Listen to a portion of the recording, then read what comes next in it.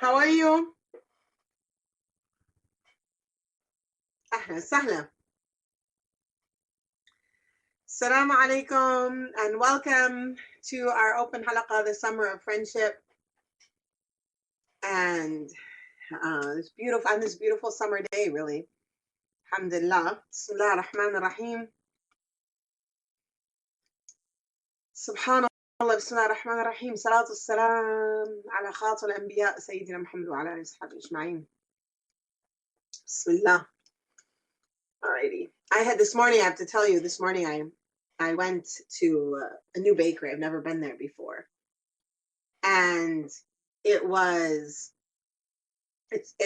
here in Minnesota. It's called Break Bread, Brake, like break for bread. And I went in there, and this place, it's like I went there just for the halaqah this morning. It's a friendship place. You go in, it has a big oven, and it says, "This oven burns up hate," and I can't remember exactly what it said, but burns up hate and creates love. And that's why it took me time to get on this morning, because I was eating my bite of jalapeno bread that was still hot when I bought it. Jalapeno cheese bread, mashallah. Anyway, alhamdulillah. The blessing of finding fun little places like that. I love little places like that. I just realized I need some more light. Excuse me a minute. There we go. All right. Bismillah. So, how wonderful this morning to talk about the summer of friendship. We have someone who can't hear. Admin, I'm assuming that you're all taking care of Sabita. And alhamdulillah. So I thought first, Bismillah ar-Rahman ar-Rahim, that in thinking about this concept of this idea of the summer of friendship, that we would first look to the Quran, remind ourselves of what the Quran says about the definition, really, of friendship, or who are friends. And one of the things, there are two verses I'm going to mention. One of them is وَالْمُؤْمِنُونَ وَالْمُؤْمِنَاتِ بَعْضُهُمْ أَوْلِيَاءُ بَعْضٍ. The believing men and the believing women, they are guardians of each other, or they are friends of each other. أَوْلِيَاءُ بَعْضٍ يَأْمُرُونَ بِالْمَعْرُوفِ وَيَنْهُونَ عَنِ الْمُنْكَرِ. They enjoin what is good and beautiful, and they push back or forbid what is ugly and harmful. وَيُقِيمُونَ الصَّلَاةَ وَيُؤْتُونَ الزَّكَاةَ. They establish prayer and pay zakat. وَيُطِيعُونَ اللَّهَ وَرَسُولَهُ. And they obey Allah and His Prophet. أُولَٰئِكَ سَيَرْحَمُهُمُ اللَّهُ إِنَّ اللَّهَ عَزِيزٌ حَكِيمٌ. These are those who Allah subhanahu wa ta'ala have mercy on. Indeed, Allah is mighty and wise. Okay? Now, there's another verse that's interesting in the context of which we're going to talk about today. And it is الْمُنَافِقُونَ وَالْمُنَافِقَاتِ بَعْضُهُمْ مِنْ بَعْضٍ. The hypocrite, the male and female hypocrites, are one of another. يَأْمُرُونَ بِالْمُنْكَرِ وَيَنْهُونَ عَنِ الْمَعْرُوفِ. They call to what is ugly and they prevent what is good. وَيَقْبِضُونَ أَيْدِيَهُمْ. They hold back their hands from goodness, right? And نَسُوا اللَّهَ فَنَسِيَهُمْ. They forgot Allah and Allah forgot them. إِنَّ الْمُنَافِقِينَ هُمُ الْفَاسِقُونَ. Indeed, those who are hypocrites are of the sinful or the transgressors. Okay, now that's our backdrop for our conversation today. And I want to now talk a little bit about, those of you who live in America, you know about Ralph Waldo Emerson. I don't know if he's famous in other parts of the world, but he's a famous American philosopher. And he wrote many different essays about different thoughts and ideas. And one essay he wrote was about friendship.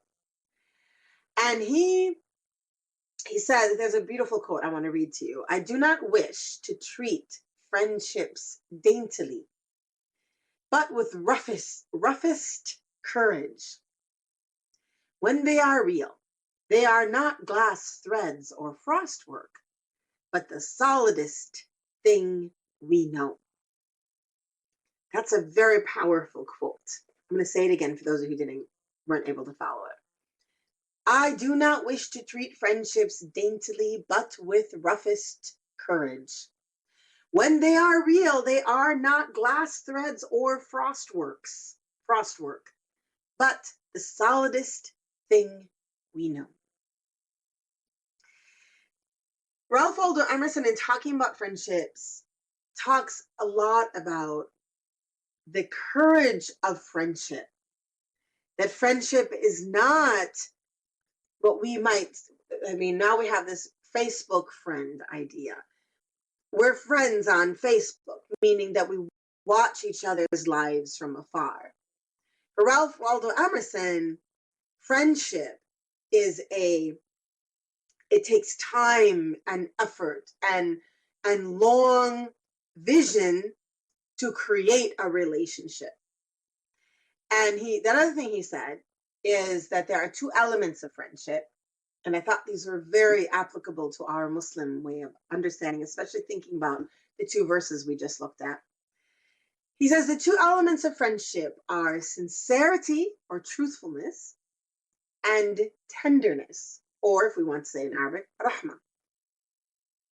He didn't say that in Arabic. I'm just adding that element. And if we think about this and we look at this concept of friendship, we say to ourselves, well, if these two elements, if we agree with this as Muslims, and I think looking at what Allah subhanahu wa ta'ala has told us in the Quran about that the believers are friends one of another, awliya, and the hypocrites are just of one another. They're missing that word. Because you can't be friends if you don't have sincerity and truthfulness between you. And hypocrisy means that there is no sincerity and truthfulness.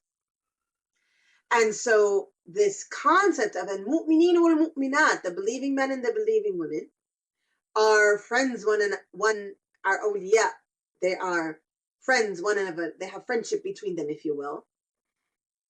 It's this element of sincerity that comes with belief that gives us this ability to be friends. And then tenderness is this concept of rahmah or mercy, this concept of love and care that is part and parcel of that. When Allah subhanahu wa ta'ala says, these are those who He sends mercy upon. When we receive Allah's mercy, we must be more merciful. And then in between those two pieces it's the description of what it means to be a believer. And it's really very similar to what Emerson is talking about. It's about courage, because in order to be friends and have this courage of embracing what is good and pushing back on what is ugly and obeying Allah and His Messenger, it means that this is a very elevated friendship. And it's a new definition of friendship, I think, compared to what we have today. Sometimes when we think of friendship today, we think of people we go shopping with, people we are friends on Facebook with, people that we knew when we were younger, people that, whatever. And there's a loneliness sometimes with that friendship because we haven't really developed a real relationship there. In fact, one might say that unless you have a real friendship with yourself, you can't have a friendship with others. That we must be able to be friends with ourselves, really know ourselves, so that we can be generous with ourselves with others. And for that to happen, we have to work on that. The Prophet ﷺ, he, of course, said, when he's talking about who are the best kinds of people, so one of the things we need to think about is, who do we want to be friends with? We know we want to be friends with believers. And this gets back to this question of, well, wait a minute, I have lots of friends from work, colleagues, this and that. Yeah, for sure we have acquaintances. And maybe even friends in the definition of discussion or sharing a level of our lives of values. And maybe you're struggling to make friends of Muslims. Maybe that's become difficult for you for a number of reasons, that perhaps the Muslims around you don't have the sincerity that you're seeking. Because calling oneself a Muslim does not automatically give you sincerity or rahmah, ikhlas or rahmah. And we as Muslims need to be careful here, because shaitan is a door of shaitan to come in and tell us, oh, you don't have Muslim friends because Muslims are whatever, fill in the blank. That's dangerous. We're belittling our entire community and not able to create friendships with people. And I wonder if that's because we don't have the courage to create friendships. All relationships today, I find that in all relationships today, people are quite concerned about what others are doing for me. So young women want to get married because they want that man to do something for them. Men get married because they want that woman to do something for him. Friends become very utilitarian ethics that we live in. What are you doing for me? We might not say it to ourselves, but if we boil it down, we ask ourselves, what is she doing for me? But the true measure of friendship is not in what am I getting from you, but what am I sharing with you? How do you make me a better person? How does my being friends with you help me to be the person that I need to be? That's the true measure of friendship. And we have friends all around us. Our friends are the people that we can sit with and not talk to. Our friends, and that includes people at the mosque we don't know, but we can sit comfortably around them and trust them. Our friends are our family members that we share space with, share food with, break bread with.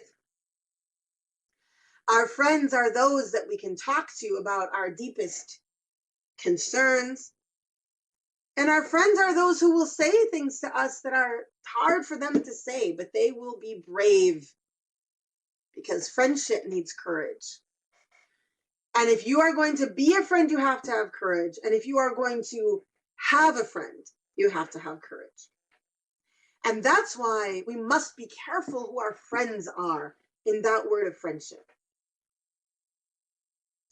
Because if we're just talking about who we hang out with, who we have a cup of coffee with, whatever, there's something to talk about there about when you hang out with people, you pick up their hal and their state of being and all that. But I'm not talking about people you hang out with today.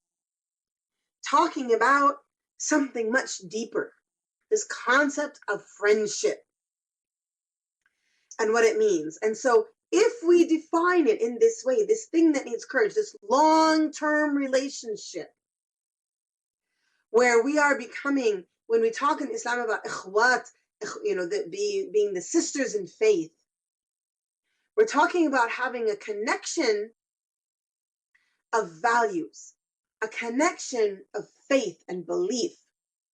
And of course, that's not because you write Muslim on a passport or write Muslim on a form somewhere. It's because you write believer in your heart. In fact, the verse we talked about is al-mu'minina wal-mu'minat ba'duhum awliya'u ba'd. Believing men and believing women. Awliya, this very, very word that means loyalty and sincerity, has all sorts of meaning wrapped up in this term awliya. And so if we are to really understand what this is, we need to recognize that it is not something shallow.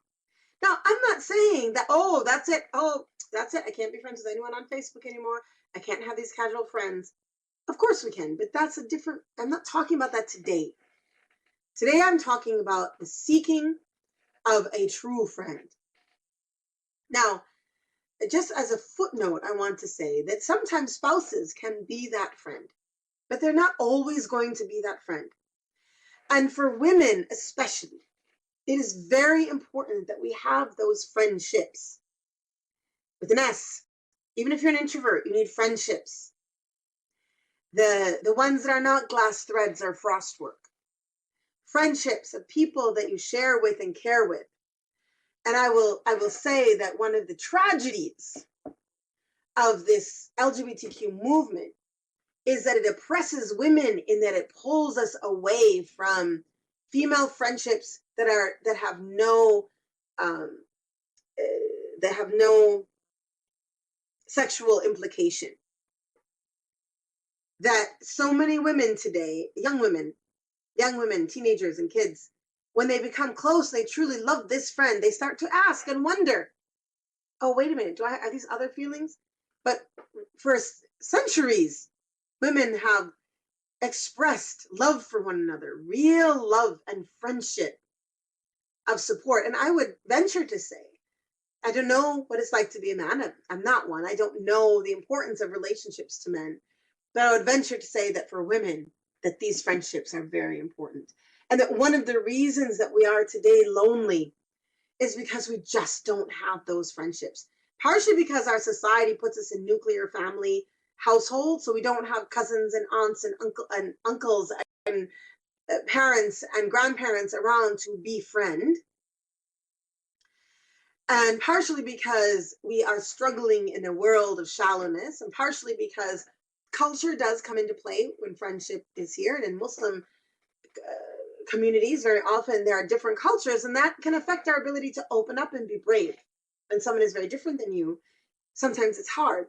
And that's another reason you need courage to open up and love that person who is different than you, and be okay with those differences while recognizing the sincerity, truthfulness. That's one thing. I mean, sincerity and truthfulness is one thing, and rahmah, or tenderness, in that person that you are working on connecting to. And we are very much used to not working on friendship. And so as a result, we don't have those deep friendships that we really, I think that we really need. The Prophet ﷺ also, he said, no, so in thinking about who will be our friend, who we're looking for, the Prophet ﷺ said, Inna min ahabbakum ilayhi ahsanukum akhlaqan. The best of you in akhlaq. Those are the ones that are most beloved to me. Are those who are the best of you in akhlaq, or the noblest in character, best in manners. Manners is about tenderness. When you have good manners with people. What are good manners with people? Smart. And in the Western culture, we have this idea that if I'm your friend, I can take you for granted. I cannot smile at you. I can show you how grumpy I am all the time. But that's not tenderness to the other.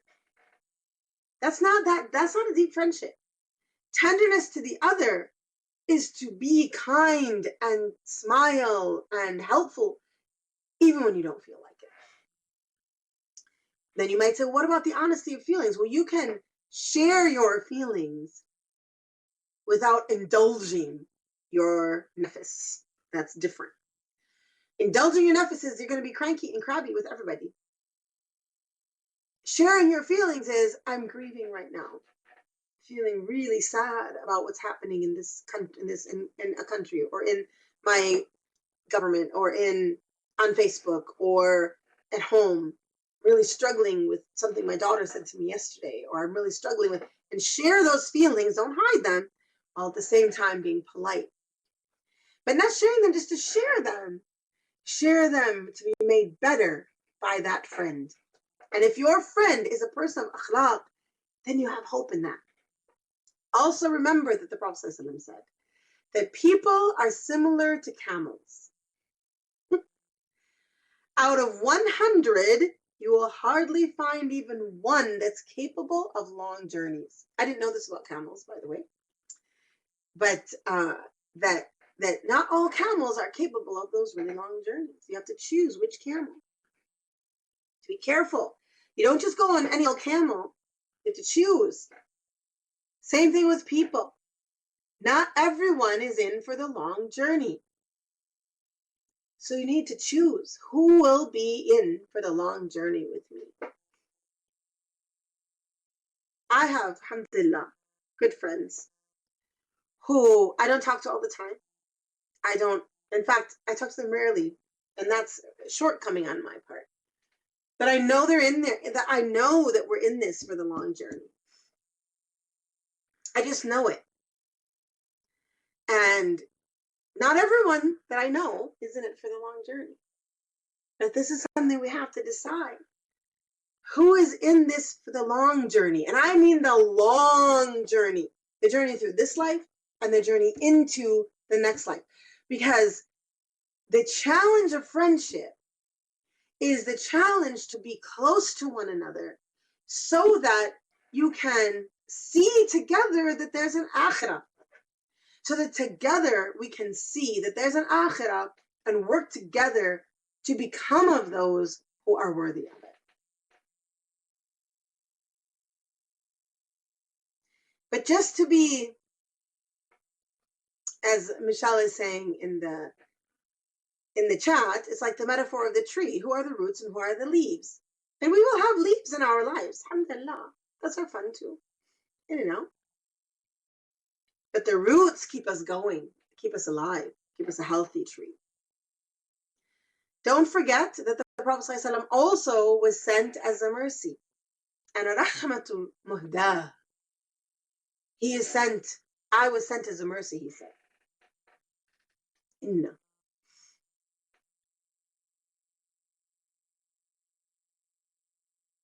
So, as being sent as a mercy, is something to think about. He is our first friend, really. The Prophet ﷺ has tenderness towards us. In the work that he did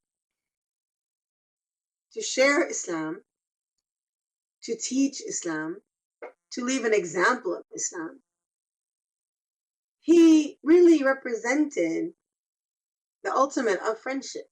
And of course, he was sincere. So these two elements of friendship, he is the first to carry for us.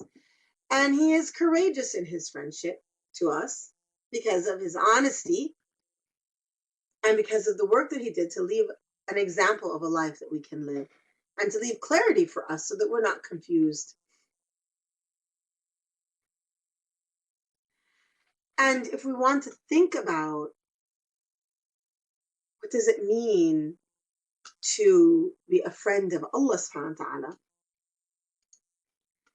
the Prophet ﷺ himself helped us with this.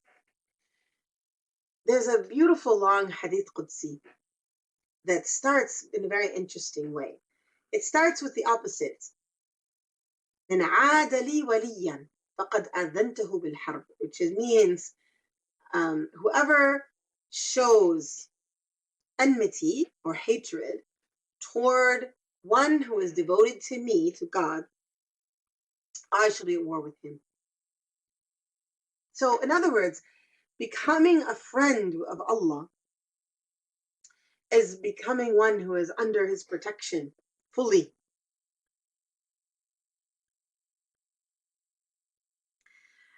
And so there is that tenderness there. And that Allah subhanahu wa ta'ala's mercy falls upon us. And so we want to think about that in our lives and really work to be of the awliya. Why not? We all want to be the best at our job. We want to be the best at school. We want to be the best, have the best house on the block and the best car in the parking lot and the best face and the best body and the best bank account. We're all concerned with being the best in very material things in this very material world. But maybe we need to consider that we can be of the awliya Allah. Some of you say to yourself, that's impossible. How can I do that with all of my trouble and all of my problems? And Allah, Rahman, He is the best of friends. One of His names is Al-Wali, Al-Wadud, all these words, Ar-Rahman, Ar-Rahim, these names that remind us of the possibility that exists for us to draw near to Allah subhanahu wa ta'ala, not be of the distant. We don't have to be of the distant. You don't have to be lonely in this life for people. You can have courage to create friendships. If the friendships are, but not, I'll tell you now, if seeking friendships is seeking what can people do for me, those will be the leaves. But when we seek friendships for how can this human being help me be a better person, and how can I help them, and how can we grow together, that will be the roots. Those will be the roots. And in the concept of being of the awliya Allah, Allah subhanahu wa ta'ala said, and this continues this hadith that I already started. وَمَا تَقَرَّبَ إِلَيَّ عَبْدِي.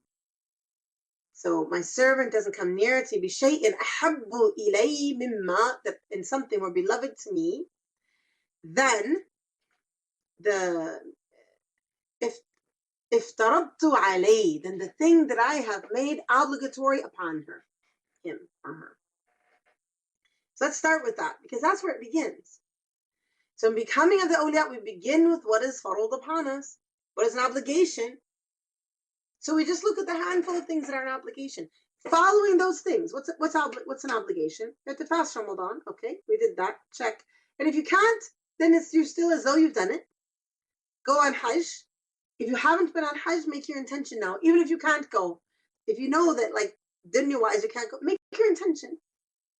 The prayers, alhamdulillah. If you're missing prayers, work to make those prayers. That's the first thing. Hijab is farad. So if you're wearing hijab, if you're not wearing hijab, start thinking, how can I start to do this? How can I be brave and have courage to become of a friend of God? What else is farad? It's farad to give zakat. If you're rich, you have enough money, so you're saving money, make sure you're doing that. Things that are farad in this life are not many. We have things that are haram, but this is saying, Allah subhanahu wa ta'ala is telling us the things that He has asked us to do. And then, وَمَا يَزَالُ عَبْدِي يَتَقَرَّبُ إِلَيِّ بِالنَّوَافِلِ حَتَّى أُحِبَّهُ. And then, my servant does not come near to me. I have to look at the English so I don't say it wrong. And my servant continues to draw near to me with the extra works until I love him. So, sunnah prayers, extra things. What are the extra good things to do? You know what they are. Sadaqah.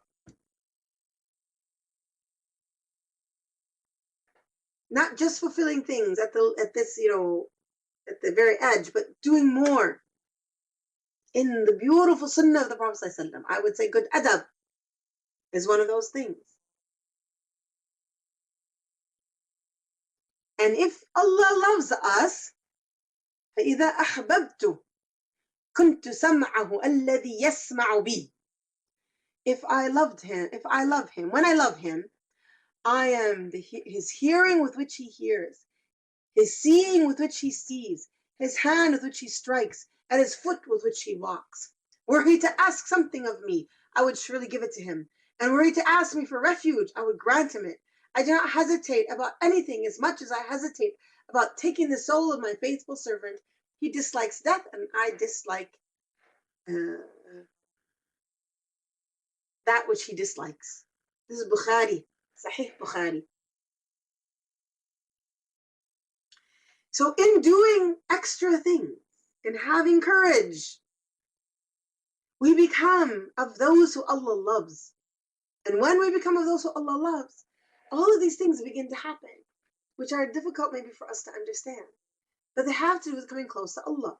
What does that mean? I am his hearing with which he hears. I am the seeing with which he sees. His hand with which, and the ability to hear and understand, to see and know, to do good deeds, to go to good places, to do it quickly, for example. The blessing, I heard once this explained, that the hand with which he strikes or does things is if you've reached this place, that means there's a lot of blessing. You can get things done quickly. Things get done quickly. What are the meanings? Allahu A'lam, but this is one way I've heard it explained. But today we're talking about friendship and the possibility in being of the friends of God. That there are two things Allah subhanahu wa ta'ala is telling us, and it's a really beautiful hadith because it starts out with this thing that makes us all want to be a friend. Oh, so if somebody is against me, Allah will protect me. من عاد لي ولي قد أذنته بالحرب. It's really serious. Whoever shows hatred to someone devoted to me, I'll be at war with him. Ya Latif. So let's become of those who are devoted. Let's have the courage to do that.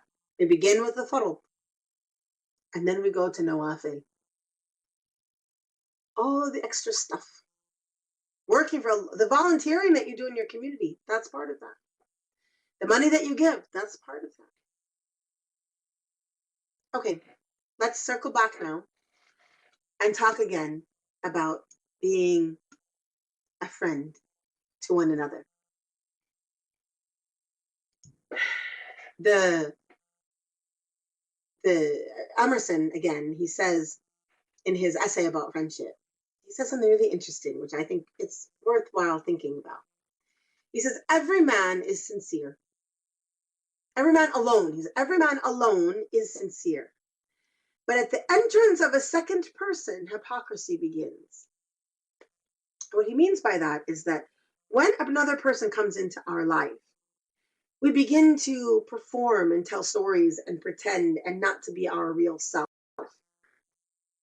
Because for whatever reason, we want to impress, we want to whatever. And real friendship is bringing sincerity and truthfulness to that relationship. You say to yourself, well, what if I get hurt? That's part of it. It's part of it is getting hurt.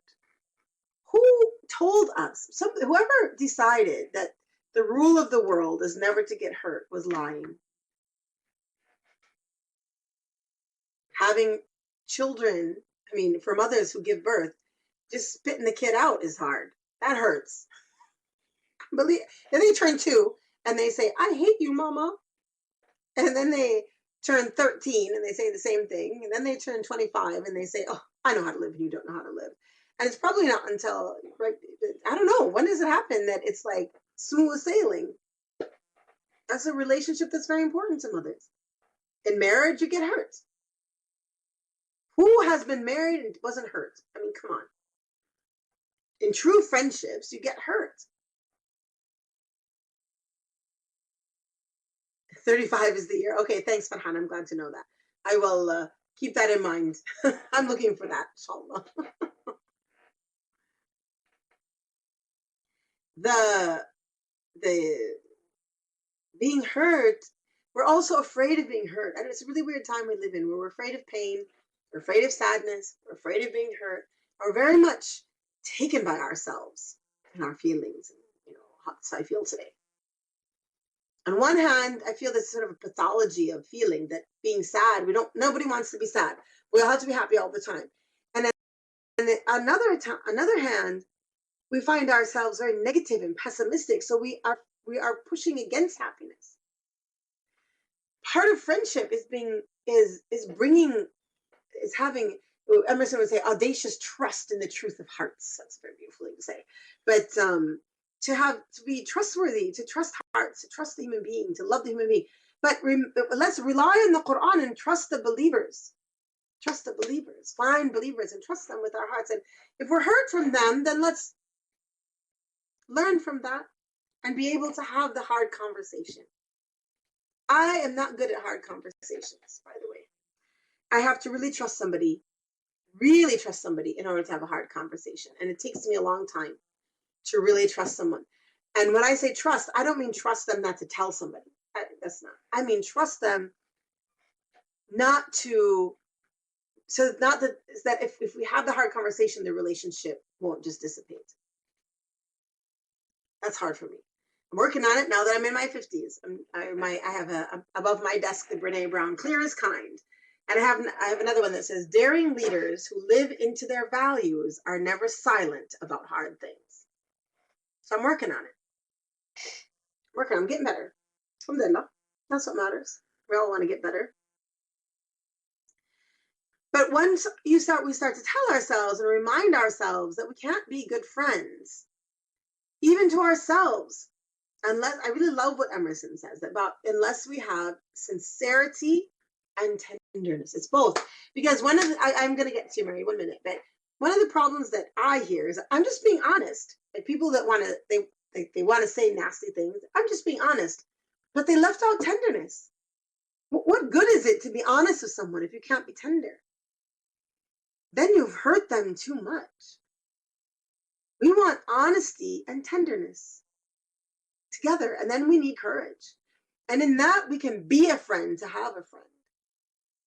And that's to everyone in our lives. Like, I mean, I'm not just talking about same age friendships. There are different age friendships, and there are many definitions of friendship. We want to be friends with people in our homes and friends with people in our community and friends.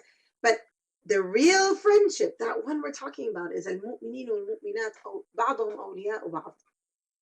The other quote, Mary, is daring leaders who live into their values are never silent about hard things.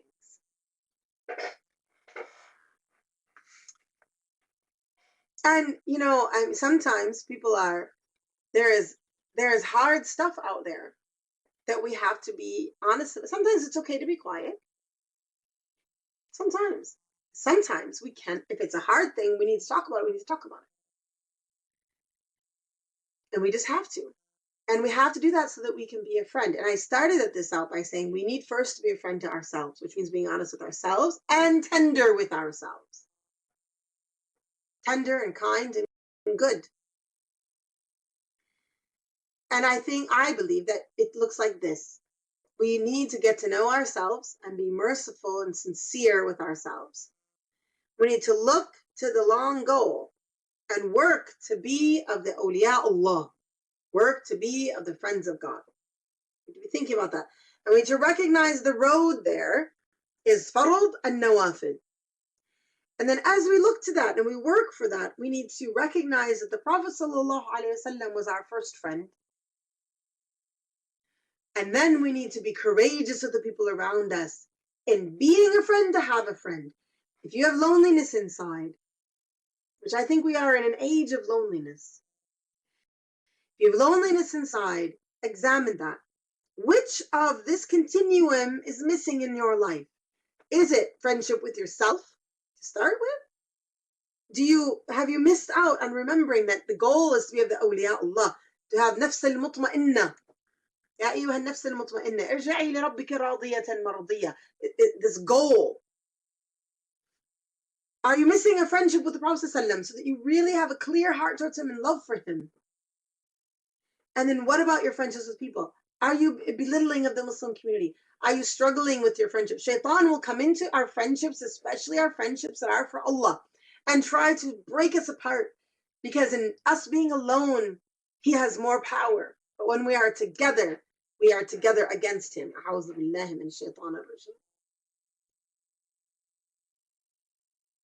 I really recommend to you that you read Emerson's essay. It can be found online, or you can buy a book that has his all of his essays in it. His essays are really, I really love Ralph. I really think he's a wonderful essayist, and I really think that he has very important things to say that we can benefit from. And I think for the most part, his writing is quite Islamic, actually.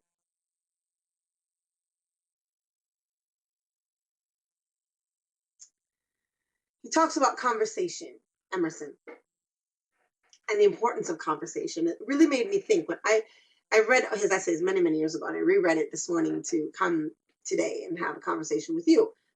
He talks about conversation, and I was really thinking about this, about conversation. But the conversation has changed a lot in this day and age, partially because a lot of our conversations happen online. They happen in WhatsApp, they happen in Twitter, they happen on Facebook. And I'm not here to say that they shouldn't, but in knowing that they do, there's something that's happening there that's different. And I think we need to make sure to make space in our lives for conversations that have a beginning, a middle, and an end, that we can go back and forth with one another, at least with those who are our friends. I think WhatsApp is better than Twitter. Twitter, because who knows what you're thinking, and there's so much context that can be missed. I mean, I like Twitter, but still, conversationally, in this space of friendship.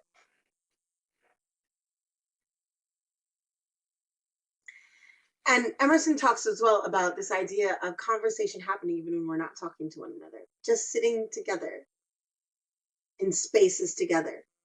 I think sometimes just being on a WhatsApp thread together, being in this space together. Here we are together. We know we're here together. There's a togetherness and there's a friendship in that we can all plug into. And I believe we need to start recognizing that because it will help us to fight the loneliness.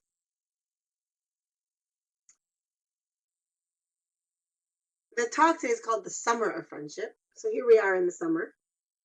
And we are between Ramadan and the days of Hajj. And so, of course, those of you who are familiar with Rabata programs, you know what's coming up in the days of Hajj. And it is an opportunity to create friendships. The days of Hajj, for those of you who don't know, we have the game called Pilgrims at Home. And in the game Pilgrims at Home, you create a team of 5. And if you don't create it, we will put you in a team. But it's nice to create a team of 5 with one leader.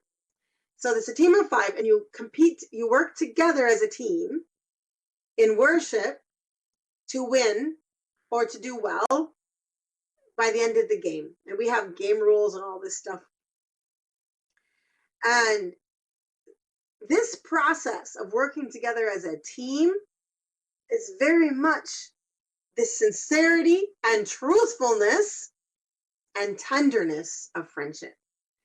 Because you have to tell, sometimes when people do the game, at first they're like, oh, but I'm not going to have sincerity with Allah if I tell my teammates what I did in worship today.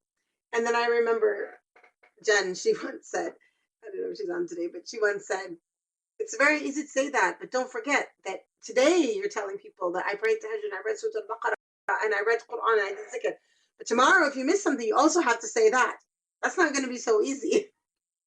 And that's subhanAllah, that's right. And it's that sincerity and being truthful with one another in the team creates that relationship, even though it's just about one aspect of your life. And then I remember once we had a team made up of really strong players, and in the team was a convert. Converts in the game get double points if they've been a convert for under 7 years. And so she was a convert, and she missed Fajr. And if you miss Fajr in the game, you lose 50 points. And these are very competitive people. And they came to her with tenderness. They didn't come to her with ugly competitiveness. They were competitive. And they ended up doing very well because we have things you can do to make up. But they came to her with tenderness. They were kind and they supported her. They helped her make up the 50 points so that they could continue in their competitive level. So the Pilgrims at Home team is all about creating these friendships that are unique and different so that we can be of the mu'mineen and mu'minat, ba'duhum awliya'u ba'd. We can be of those friends that come together. That we can truly be together, real friends. And I would say that one of our problems today in the world today is that we're not right now. That we haven't created those relationships. And part of the reason for that, and don't blame others, like we really have to stop playing the blame game. It's just exhausting. Stop blame yourself. What's going on with your friendships? Where are you in that friendship? Where are you in those friendships? You say, oh, I live in a place where there aren't a lot of people. Okay, online, alhamdulillah, on the phone, FaceTime, Zoom, videos. I mean, there's 1,000 ways to talk to people today. To have a summer of friendship in all parts of our life. And remember that this friendship is not about just having coffee on a Saturday. That's a fun thing. That you can do that with all the leagues, you can do that with your colleagues, whatever. I'm talking here about something much deeper. Having a relationship with someone where it's all about how we can become better people, how we can grow and be of those who are the best of people, chosen to bring and do goodness in this world. And part of that is being able to learn about people that are different than you. Michelle saying, yes, my connection really grew with Rabata online. It gave me confidence to grow relationships in my community. Yeah, because once you have people, you can reach out where you are. Alhamdulillah.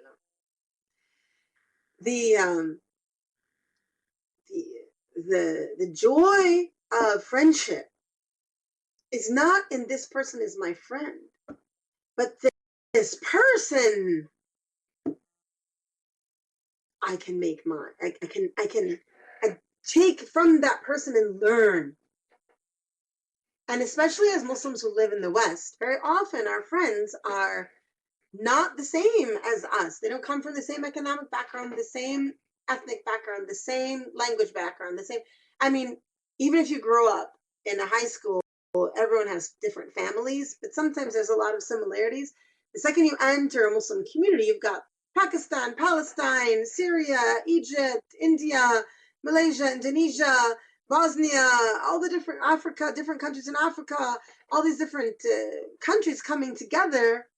And then you have the converts and everyone else coming together to create friendships based on faith. It's a beautiful concept, but it takes courage.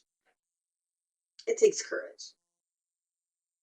It takes courage because we have to be willing to see people for the whole that they are and learn from them and have the conversations and have joy in that and come with sincerity and tenderness. Tenderness being the opposite of judgmental feelings. Alhamdulillah. May Allah subhanahu wa ta'ala grant us the ability to be friends with ourselves, to be friends with one another, to be a friend, to seek becoming of the awliya, to recognize the Prophet sallallahu alaihi wasallam's friendship in our lives, and to grow in friendship and to lessen in loneliness. And I mean with humans and with Allah subhanahu wa ta'ala. Let's be a friend to our family members and be a friend to our community members and be a friend to one another. And in that, inshallah, we will find the joy of friendship that is part and parcel of this kind of growth. Inshallah. Allah subhanahu wa ta'ala bless you and bless you with friendships and grant us all the courage that we need to be the friends we want to be. I really recommend the essay again. It's called, I think it's called Friendship. I don't have the title right here, but I think it's just called Friendship. And there's a poem. Actually, I wanted to read you the poem. Let me read you the poem. Yeah, it's called Friendship. I'm not going to read the whole thing, but from the middle, okay? Oh, friend, my bosom said, through thee alone the sky is arched. Through thee the rose is red. All things through thee take nobler form, and look beyond the earth, and is the mill round of our fate a sun path in thy worth. Me too thy nobleness has taught to master my despair. The fountains of my hidden life are through thy friendship fair. Isn't that beautiful? Inshallah. Allah subhanahu wa ta'ala bless us all.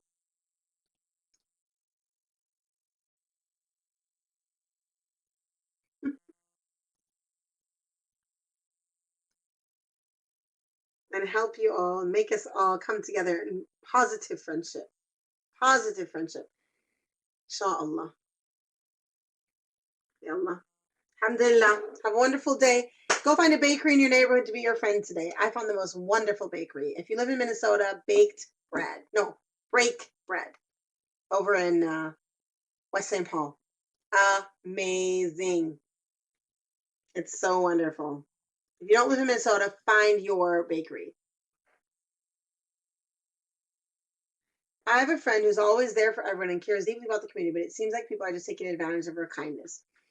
Yeah, and I mean, people will attempt to take advantage, but that's learning how to set boundaries for yourself right? And to be a friend to yourself and be like that's that whole thing. Like part of this is setting boundaries for ourselves and knowing what those boundaries are, so they're clear and kind, and yet we are able to be a friend. And I think I really want to emphasize today that the friend of thought, the friend in thought and sharing and caring and tenderness and goodness, as opposed to the friend of services.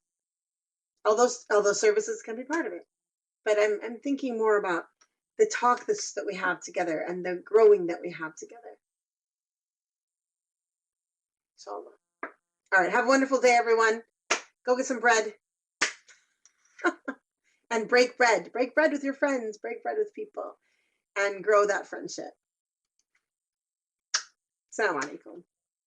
صلى الله على سيدنا وحبيبنا محمد على نية القبول والفتوح شفاء. الفاتحة. بسم الله الرحمن الرحيم. اللهم صل وسلم وبارك على سيدنا محمد. السلام عليكم.